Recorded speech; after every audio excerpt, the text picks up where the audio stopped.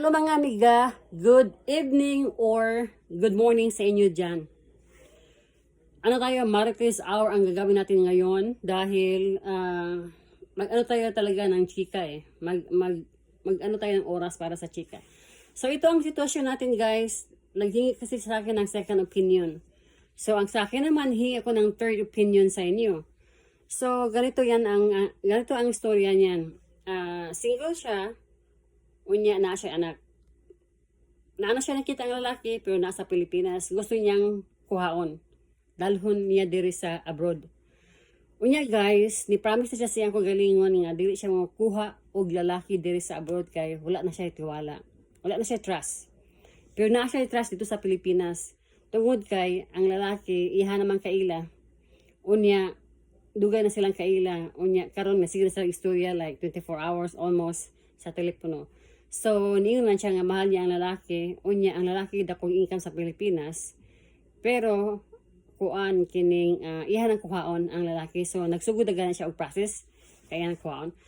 So, sa anang nga sitwasyon guys, unsa niya kasulti sa yahon. Kaysa akong opinion, akong ingon niya na, mas maayon diri kang makuha. Kaya naa wala kay problema. Taga diri na, wala na kay i-change, wala na kay i-process.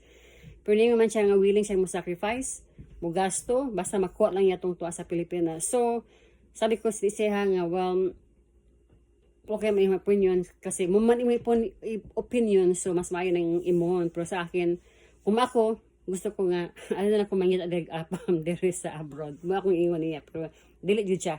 Ganan siya sa Pilipinas.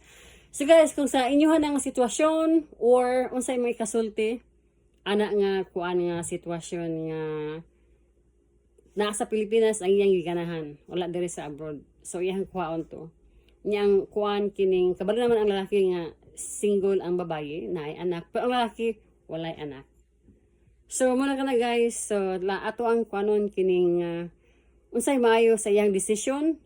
Ako ang kuan kining advice or sa inyong mga advice. Muna ka na guys. So ayaw ko niyang i-bash kay real talk biyaning atoon. Kinamugahan yung tag real talk guys kay kani ato mga edad karon kinahanglan nga makuan jud ta, mutudlo ta og unsay maayo para sa mga youngs, di ba?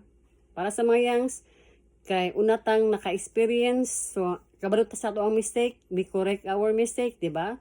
So atong ihatag itudluan pud ang mga young kung unsay maayo. So yan lang guys.